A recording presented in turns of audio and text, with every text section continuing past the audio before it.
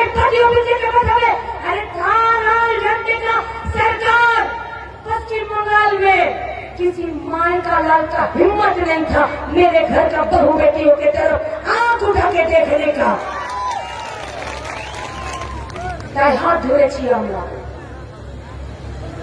তৃণমূলকে হারাতে বিজেপিকে হারাতে সবার সাথে আমরা হাত ধরেছি আর হাত ধরে আমরা ঠিক করেছি এদেরকে বিদায় জানাতেই হবে, কোনো উপায় নেই। আর যারা প্রতিদিন গোটা দেশের মাটিতে মেয়েদের সম্মান হানি করছে, তাদের কাজের জায়গা শেষ করে দিচ্ছে, যারা প্রতিদিন বেকার ছেলেদেরকে ঘুষের বাজারে নাম লেখাতে বাধ্য করছে, যারা প্রতি বছর এই গোটা ভারতবর্ষে 1 লাখের বেশি লোক যারা সুইসাইডের পথ বেছে নিচ্ছে, আর যারা এই তৃণমূল বিজেপির নেতা মন্ত্রীরা যারা চুনাপুটি 2 पैसा ফুটো মস্তান, ये लोग इन लोगों का शेर है। এরা এদের বীর, এরা এদের কামার ছেলে, এরা এদের সম্পদ। तो गंगा नाली में भी खूबसूरती नजर आता है, बस देखने के लिए सुअर का नजर जरूरी होता है। এখন তৃণমূল বিজেপির নজরটা যদি সুअরের হয় তাহলে আমরা তা কিছু বলতে পারি না। কিন্তু আপনাদের কাছে আমাদের আবেদন কি চাইছি আমরা? আমরা চাইছি আমাদের হাতে একটা কাজ। আমরা কেউ এই পশ্চিমবঙ্গে বেকার ছাত্র যুবরা আমাদের মায়েরা আমরা কেউ টুকরো রুটিতে বেঁচে থাকতে চাই না। আমরা একটা গোটা রুটি দাবি করছি আর সেই রুটিটাকে নিজেরা রোজগার করতে পারি তা জায়গা চাইছি। পশ্চিমবঙ্গের বেকার ছাত্র যুবরা আমরা কি চাইছি? আমরা চাইছি মাথা উঁচু করে বাঁচতে। না আমরা জোর পাচার করতে চাই না, আমরা লোহা পাচার করতে চাই না, আমরা মাটি পাচার বালি পাচার করতে চাই না, আমরা লটারি কিনে নিজেদের ভাগ্য পরিবর্তন করতে চাই না। দুটো শক্ত হাত আছে, একটা বুদ্ধিমানা মেধা আছে, সেটাকে খাটাতে চাই, সরকারকে বাঁচাতে চাই, দেশকে বাঁচাতে চাই, রাজ্যকে বাঁচাতে চাই। পারবে দিতে? পারছো না দিতে। একটা পেশেন্টকে হসপিটালে ভর্তি করেছিল, বললো কিডনির অসুখ আছে, ভর্তি করে দেখলো বললো লাংস চলছে না, সুগার আছে, প্রেসার আছে, সোডিয়াম পটাশিয়াম ফেল, ব্রেনও কাজ করতে শেষ করে দিচ্ছে। বললো ডাক্তারবাবু আসলে রোগটা কি? ডাক্তারবাবু বললেন পেশেন্টটা মাল্টি অর্গান ফেল করে গেছে, পেশেন্ট কোমাতে চলে যাবে। তৃণমূল কংগ্রেসেরও মাল্টি অর্গান ফেল করে গেছে, এ সরকার কোমাতে চলে গেছে। আমরা আপনাদেরকে কথা দিচ্ছি, আমরা আপনাদেরকে ভরসা দিচ্ছি, আমরা আপনাদেরকে বিশ্বাস করাতে চাইছি। মুর্শিদাবাদে শুরু করুন, মুর্তজা হোসেন, অধীর রঞ্জন চৌধুরী, মোহাম্মদ সেলিম। 26-এ এই গোটা তৃণমূল কংগ্রেসের পার্টিটাকে দিন সমেত মাকে আমরা ছুঁড়ে ফেলে দেবো। এখানে এই সরকার 26-এ টিকবে না, 26-এ এই সরকারকে বিদায় নিতেই হবে। আর তৃণমূলকে হারাতে গেলে বিজেপি সমেত হারাতে হবে, কারণ দিন রেখে মাকে বিসর্জন দিয়ে লাভ নেই। ওই দিন ফুটে যে বেরোবে সে ওই মায়ের ইচ্ছা বেরোবে। তাই সামনের দিন পশ্চিমবঙ্গের দিন, সামনের দিন গোটা ভারতবর্ষকে বাঁচানোর দিন, সামনের দিন আমাদের মায়েদের দিন। তাই মায়েরা ভোটের দিন বুথের লাইনে কোমরে আঁচল বুঝে দাঁড়াতে হবে, আর ভোটটা এই কেন্দ্রে মোহাম্মদ সেলিমকে করাতে হবে। জিতবে কাস্তে হাতুড়ি তারা, আর বাঁচবো আমরা। তাই পশ্চিমবঙ্গের বেকার ছাত্র যুব আর মহিলাদেরকে যদি বাঁচাতে চান তাহলে জেতাতে হবে কমরেড মোহাম্মদ সেলিমকে। ইনকলাব জিন্দাবাদ, বাম কংগ্রেস জোট জিন্দাবাদ।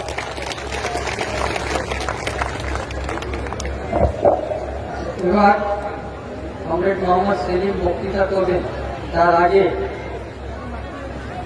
12 বছর আইডিউসির নাতি মুস্কান, নাতনি মুস্কান ক্লাস 4-এ পড়ে। সেলিম সাহেবের হাতে নির্বাচনের জন্য 1000 টাকা তুলে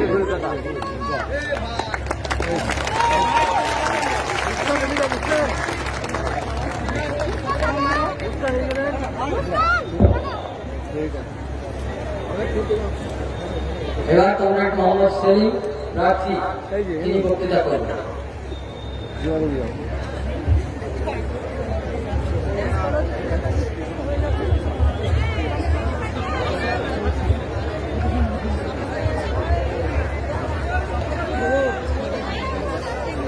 সাথী সভাপতি, আমার গুরুজনেরা, যুব তরুণ সাথী বন্ধু ভাই মা বোনেরা, আপনারা দেখলেন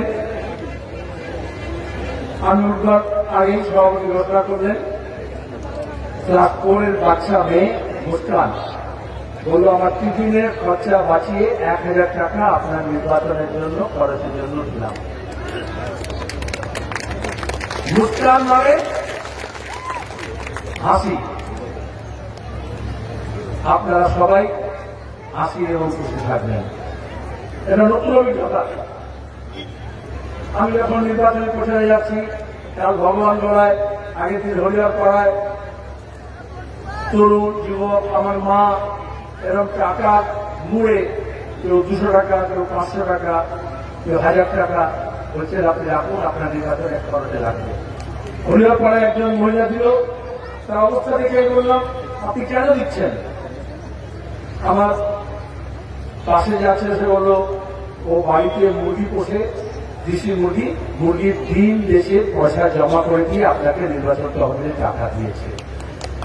আমি গর্বিত, লাল ঝান্ডার আন্দোলনের সৈনিক হিসেবে গর্বিত। একদিকে ইলেকট্রাল বন্ড, বড় বড় কোম্পানিগুলো বিজেপি আর তৃণমূলকে হাজার হাজার কোটি টাকা দিয়েছে, আর অন্যদিকে ভেজাল ওষুধ বিক্রি করেছে। যে ওষুধ মানুষে খাবে না সে ওষুধ খাইয়েছে, রোগ আরো বেড়েছে। বিদ্যুতের দাম 3 গুণ বেড়েছে, বিদ্যুৎ কোম্পানি হয়েছে। এই যে তেল, পেট্রোল, ডিজেল, কেরোসিন তেল, নানা গ্যাসের দাম বাড়ছে, বিভিন্ন জিনিসের দাম বাড়ছে। আবার অন্যদিকে সরকারি যা জিনিস গড়ে উঠছে তার ঠিকঠাক পাট্টা পেয়েছে, তার বিনিময়ে ঘুষ দিয়েছে। সেই টাকা নিয়ে ওরা বেরোয় দেখাচ্ছে। অর্থাৎ আপনারা এসছেন নিজের উৎসাহে। নির্বাচনী প্রচারের শেষ লগ্ন, 7 তারিখে এই পর্যায়ের ভোট। যতদিন এগোচ্ছে গোটা দেশে বিজেপির হাওয়া পাতলা হচ্ছে। আমরা গত 2 বছর ধরে এই কথা বলেছিলাম। আমরা বলেছিলাম বিজেপি বিরোধী সমস্ত শক্তিকে একটা করতে হবে, কারণ বেকারি সবচেয়ে বেশি বেড়েছে, ক্ষুধা সবচেয়ে বেশি বেড়েছে। আর সেই জন্য সবাইকে ডাক দিয়েছিলাম। আজকে দাঁড়িয়ে বামফ্রন্ট, কংগ্রেস, আমরা এখানে 42টা আসনে আসন সমঝোতা করে লড়ছি। গোটা দেশে ইন্ডিয়া ব্লক একটা হয়েছে। মমতা ব্যানার্জি, তৃণমূল কংগ্রেস প্রথম দিকে একটু কথা বলেছিল, কিন্তু পরে ঢেকে বসলো, কারণ ভাইপোকে বাঁচাতে হবে জেল থেকে। তিহার জেলে যাতে অভিষেক ব্যানার্জি না যায়, এই জন্য বাংলাকে বাজি ধরেছেন মমতা ব্যানার্জি, আর বিজেপির কাছে মাথা নিয়েছেন। আর আমরা বলেছি এই নির্বাচনে শুধু বামফ্রন্ট কংগ্রেসের সমঝোতায় মানুষ এমপি বানাবেন না, এটা সেমিফাইনাল। 2 বছর পরে ফাইনাল হবে। 2026-এ মমতা ব্যানার্জিকে ওই নবান্ন 14 তলা থেকে টেনে হিঁচড়ে নামিয়ে জেলে পাঠাতে হবে। লুট হয়েছে চাকরি, প্রাইমারি স্কুল হোক, মাদ্রাসা, জুনিয়র হাই হোক, সিনিয়র হোক, হায়ার সেকেন্ডারি স্কুল হোক, কলেজ হোক, বিশ্ববিদ্যালয় হোক, সেখানে শিক্ষক নেই। হেলথ সেন্টারে, হাসপাতালে ডাক্তার নেই, পুলিশ নেই। একটা ভোট করতে হলে আমাদের কেন্দ্রীয় বাহিনী আনতে হবে, কারণ পুলিশের 75,000 পদ খালি আছে। আর যে পুলিশ আছে তাকে দিয়ে মিথ্যা মামলা করানো হয়েছে, পঞ্চায়েতের ভোট লুট করা হয়েছে, গণনা কেন্দ্র দিয়ে পাহারা দেওয়ার বদলে তারা চুরি করেছে। আর এই জন্য আমরা বলেছি এটা লোকসভা নির্বাচন। অনেকে বলেন এই চর এলাকায় ভৈরব নদীর দুপারে যে ভোট তো দিতে পারবো। আমরা বলেছি এই নির্বাচন পার্লামেন্টের নির্বাচন, কোন ভোট লুট হতে দেব না, কোন গুন্ডামি মস্তানি বোমাবাজি হবে না। সব কটা বুথে কেন্দ্রীয় বাহিনী থাকবে, মানুষ নিজের ভোট নিজে দেবেন, সকাল সকাল দেবেন, নিজের প্রতিনিধি নির্বাচিত করবেন। অনেক মানুষ অপেক্ষা করছেন 10-12 বছর পর এই প্রথম ভোট দেবেন। আমরা শান্তি চাই, এই জন্য এই ভোটটা শান্তিতে হোক। আমরা মানুষের অধিকার প্রতিষ্ঠা করতে চাই, এই জন্য আমরা ইলেকশন কমিশনকে বলেছি সুষ্ঠু এবং অবাধ আর শান্তিপূর্ণ নির্বাচন করতে হবে। এখানে দাঁড়িয়ে বেকার ছেলে মেয়েরা মীনাক্ষীর কথা শুনেছে, আমাদের রাজ্যে কাজ নেই, ভিন রাজ্যে গিয়ে ছেলে মেয়েদের কাজ করতে হয়। পরিযায়ী শ্রমিক হিসেবে কেন এখানে কাজ হবে না?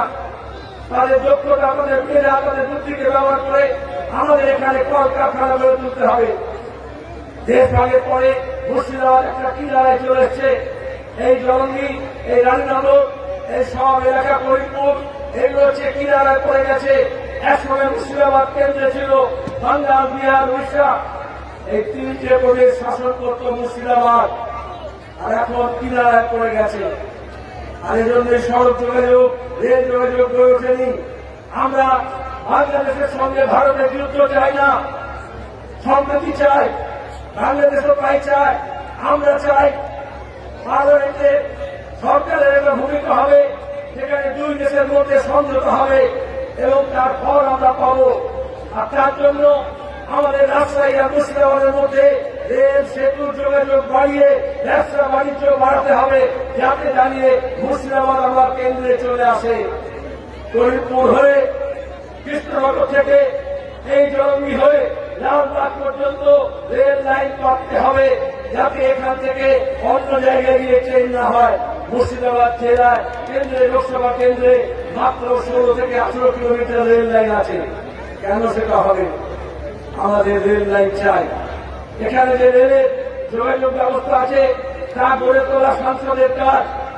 আমরা যখন যুব আন্দোলন করতাম, এ দাবি নিয়ে লড়াই করেছি গত শতাব্দীতে, আবার সে লড়াই সংসদের মধ্যে দাঁড়িয়ে লড়তে হবে। এখানে দাঁড়িয়ে আমাদের আরো বেশি সড়ক যোগাযোগ দরকার। যেখানে গ্রামে গেছি, লোকে বলছে কালভার্ট নেই, রাস্তা নেই, সড়ক নেই, কোথাও সড়ক আছে কি নরক আছে বোঝা যাচ্ছে না। সেইটাকে আমাদের সুষ্ঠুভাবে গড়ে তোলার দরকার আছে। আর আমাদের মা বোনেদের ইজ্জত, সম্মান আমরা সন্দেশখালী দেখেছি। এরকম অনেকগুলো আমাদের রাজ্যের জায়গা আছে যেখানে তৃণমূল নিজের লুটে রাজত্ব কায়েম রাখার জন্য মা বোনেদের ইজ্জত দিয়ে খেলা করছে। আমরা সেটাকে, সম্মানটাকে আবার ফিরিয়ে আনবো। তার সঙ্গে দাঁড়িয়ে আমি বক্তৃতা করতে পারি এটা প্রমাণ করানোর দরকার নেই। আপনাদের কাছে কাজ করতে পারি আপনাদের সামনে, তার জন্য বামফ্রন্ট এবং কংগ্রেসের সমর্থিত প্রার্থী হিসেবে হাজির হয়েছি। আগামী এক সপ্তাহ মোহাম্মদ সেলিমের জন্য আপনারা কাজ করবেন, যাতে আগামী 5 বছর আপনাদের জন্য মোহাম্মদ সেলিম মুর্শিদাবাদ কেন্দ্রের সাংসদ হিসেবে কাজ করতে পারে। প্রতিটি চায়ের দোকানে, রকে, রাস্তায়, ঘাটের মাচানে আলোচনা হয় মানুষের যন্ত্রণার কথা, ব্যথা বেদনার কথা, শিক্ষার কথা, স্বাস্থ্যের কথা, দুর্নীতির কথা, কিন্তু সেটা ওইখানে গুমড়ে মরে যায়। সেই কথা কলকাতায় পৌঁছায় না, সেই কথা দিল্লিতে পৌঁছায় না। এই মাইক যেমন আমার কথা আপনাদের অনেকের কাছে পৌঁছে দিচ্ছে, এরকম মোহাম্মদ সেলিম আপনাদের মাইক হিসেবে সোচ্চারে যাতে আপনাদের দাবি দেওয়া পার্লামেন্টের মধ্যে বলতে পারে, সেই অধিকার আপনারা দেবেন, এই দাবি করছি, এই অনুরোধ করছি। তার সঙ্গে দাঁড়িয়ে কোনো প্রলোভন নয়, কোনো গুজব নয়, কোনো লোভ নয়। ওরা এখন তৃণমূল বুঝেছে কিছু করতে পারবে না। অনেকে তৃণমূলের লোকজন আছেন, তারা আমার সঙ্গে আছে। পরিষ্কার কথা, ঝান্ডা হয়তো তৃণমূলের লাগাচ্ছেন, কিন্তু মনে মনে মোহাম্মদ সেলিম বলছেন। এই জন্য আমরা চাই কোন ঝুঁক ঝামেলা যাতে না হয়। মুর্শিদাবাদ কেন্দ্রে লোকসভা নির্বাচনে এখনো কোনো গন্ডগোল হয়নি। মমতা ব্যানার্জি এসে ভগবানগোলায় মিটিং করে উস্কানি দিয়ে গেলেন। সেখানে আমাদের পার্টি অফিসে আগুন লাগালো রাতের বেলা। মিটিং এর পরে আমি নিজে গিয়ে সেখানে আমরা আবার সেই অফিস মেরামতি করে চালু করেছি। মমতা ব্যানার্জি বলছেন মোহাম্মদ সেলিম বাস পাখি, উনি ভয় পেয়েছেন। আসলে উনি হচ্ছেন কবুতর, পায়রা। ওই যে খোপে যেরকম পায়রা পোষে, ওই রকম আরএসএস তৃণমূলের খোপ বানিয়ে পায়রা পুষেছে। স্বাভাবিকভাবে বাস পাঠিয়ে রেখে তিনি ভয় পাচ্ছেন, কারণ তার উড়ান বন্ধ হয়ে যাবে।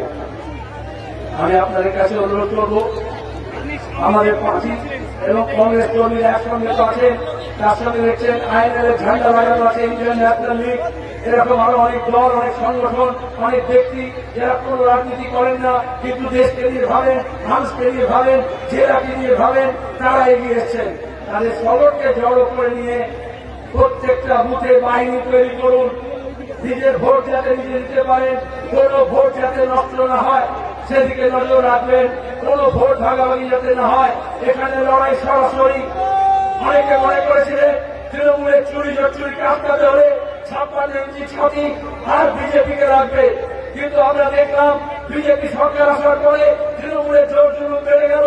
বিচারপতি অমৃতা সিনহা বললেন যে অভিষেক ব্যানার্জির সম্পত্তি বেড়েছে 2013 পরে। 2013 পরে মোদী প্রধানমন্ত্রী হয়েছে, তার এমন চৌকিদার হয়েছে যেখানে চুরি বেড়ে গেছে। আর এই জন্য আমরা চাই যে আজকে তৃণমূল যদি হারাতে হয় তাহলে আমার বিজেপি যারা মনে করেছিলেন শাস্তি দেবে, তৃণমূলকে তারা শাস্তি দেয়নি। হেমন্ত সোরেন জেলে আছে, অরবিন্দ কেজরিওয়াল জেলে আছে, অথচ অভিষেক ব্যানার্জি বাইরে ঘুরে বেড়াচ্ছে। কাকুর পড়াশোনার রিপোর্ট পাচ্ছে না। শিক্ষক নিয়োগের দুর্নীতিতে 25,000 ছেলে মেয়ে ভবিষ্যৎ নিয়ে ছিনিমিনি খেলেছেন। আমাদের স্কুলগুলোতে শিক্ষক নেই, গরমের ছুটির পরে যখন স্কুল খুলবে তখন কি অবস্থা হবে? একইভাবে প্রথম সার্ভিস কমিশনেও দুর্নীতি হয়েছে, যেমন স্কুল সার্ভিস কমিশনে হয়েছে। প্রাইমারি স্কুলগুলোতে আপার প্রাইমারিতে শিক্ষক নেই, আর নতুন করে আবার নিয়োগের দুর্নীতির মামলা চলেছে। সেই জন্য দুর্নীতির বিরুদ্ধে লড়াই, যেমন ঘরের টাকা নিয়ে, যেমন কাগজের টাকা নিয়ে, যেমন 100 দিনের কাজে নিয়ে, যেমন দাপত্য ভাতা নিয়ে, বিধবা ভাতা নিয়ে, সংখ্যালঘুদের স্টাইপেন্ড অস্বীকার করতে, এসসি এসটিদের হকের টাকা স্টাইপেন্ডটা দিয়ে আমাদের লড়াই করতে হবে। নিজের হক আদায় করতে হবে। যে টাকা মারছে সেটা বলছে না, আর মেয়েদের বলছে লক্ষ্মীর ভান্ডার দিচ্ছি।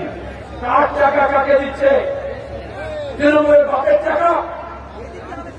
আমরা টাকা দিই, আপনারা টাকা দেন, জিএসটি আদায় হয়।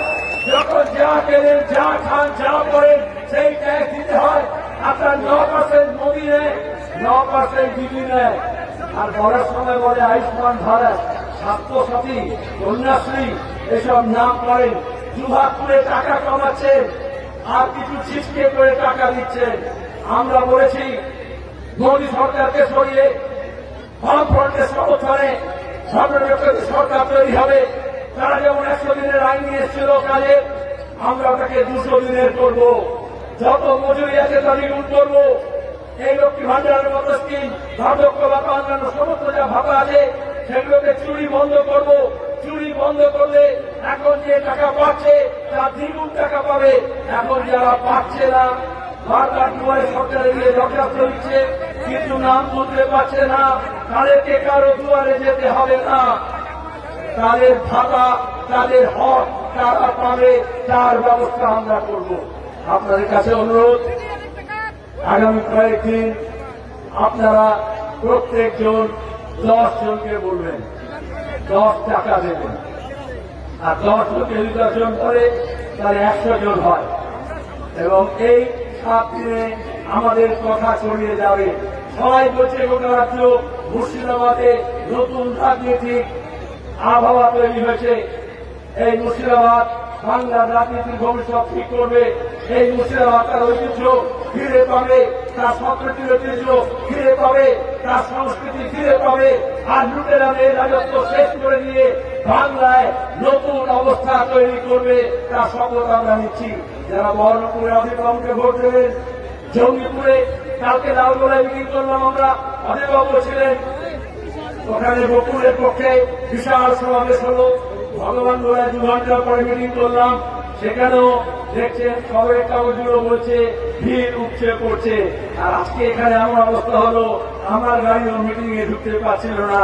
আমাকে লোকজন বলছে ভেতরে যাওয়ার জো নেই, ভেতরে যাওয়ার উপায় নেই। তারপর আমি অনেকটা রাস্তা হেঁটে আপনাদের এখানে এসে পৌঁছলাম। কিন্তু এই মিটিং এ ভোট হবে না, ভোট বুথে হবে আর ভোট করাতে হবে। আমাদের জওয়ান ছেলেদেরকে বলছি, মেয়েদেরকে বলছি, আপনারা বাহিনী তৈরি করুন। সকাল সকাল প্রত্যেকটা বুথে 3 নম্বর বোতাম টিপে যাতে ভোট পড়ে, এমন ভাবে 3 নম্বরে বোতামে ভোট পড়ে যাতে দাঁড়িয়ে দিল্লিরও টনক নড়বে আর নবান্নরও টনক নড়বে। হবে নয়, যারা পেছনে আছে হবে নয়, একসাথে হবে, জোর কদমে হবে, লড়ব, জিতব,